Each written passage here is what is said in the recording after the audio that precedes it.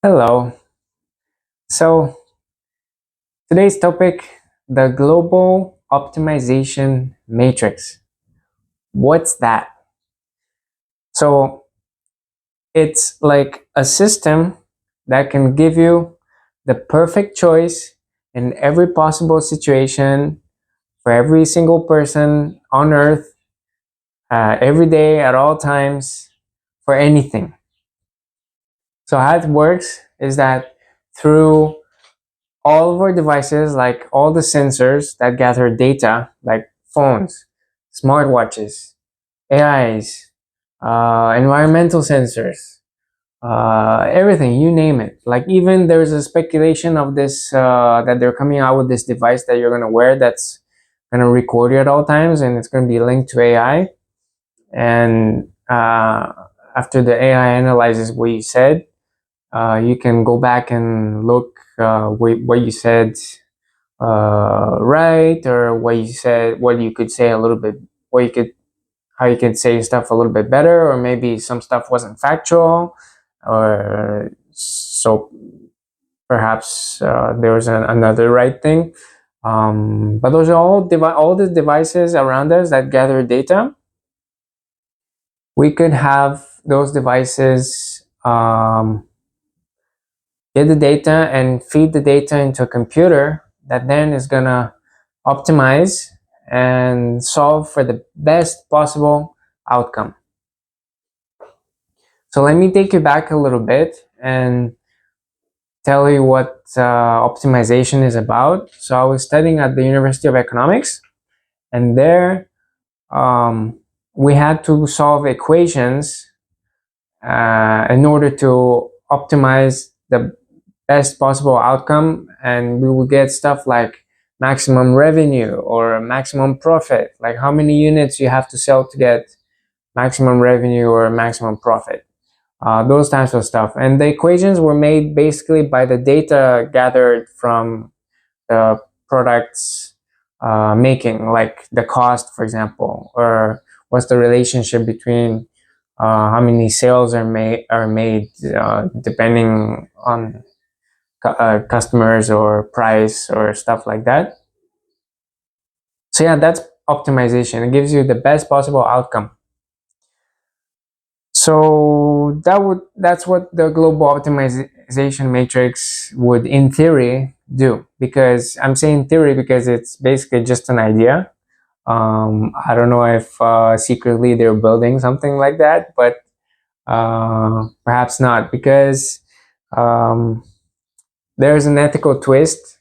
Like that would mean like a loss of privacy, complete loss of privacy. Like we would have to be monitored and recorded 24/7 in order to get the data to feed into the computer, which can then optimize, So the computer would be dependent on the data.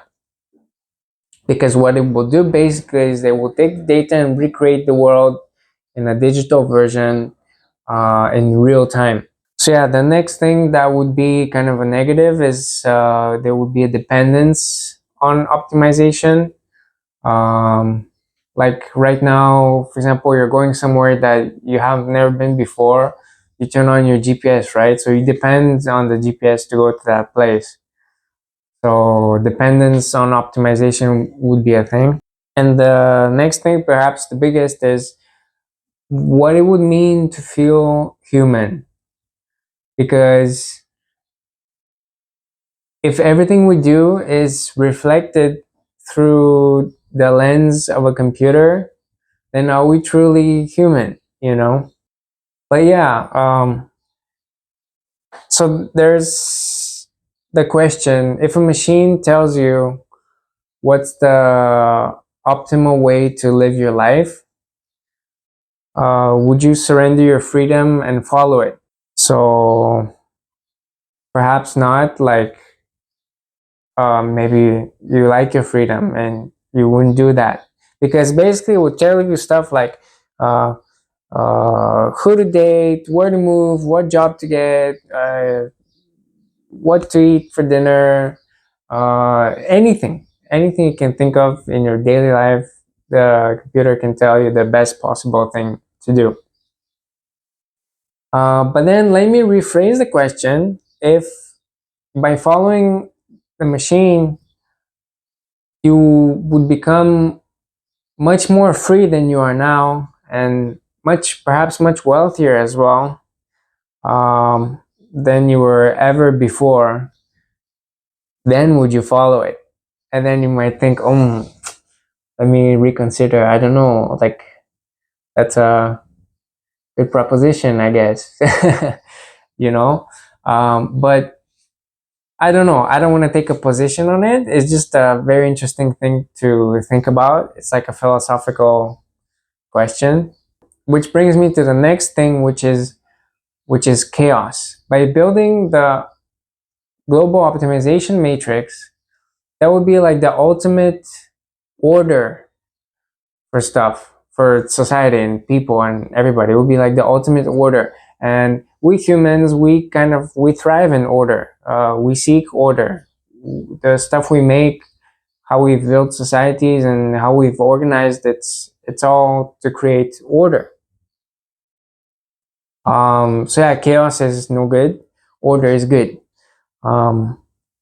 But in order to feel human, don't we need a little bit of spontaneity, creativity?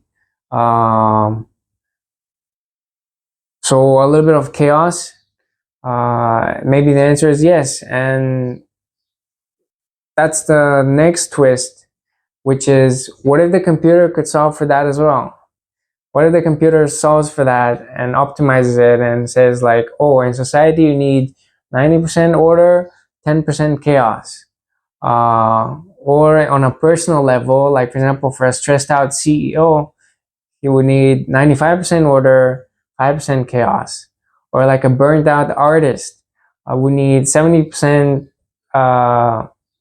chaos and 30% routine and order. Um, so yeah, maybe you could optimize that as well. You could integrate chaos into the system.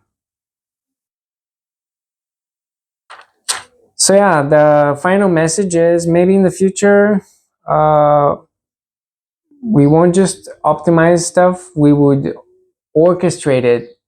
I'm talking about life in general. Like, it would be like jazz. So in jazz, you have a structure, but you have enough spontaneity and unpredictability that it sounds nice and we like listening to it. So maybe the computer could design life in such a way that it's like jazz. So that's something to think about. Let me know what you think in the comments. And as always, if you like the content, like and subscribe. And I'll see you in the next one. Bye.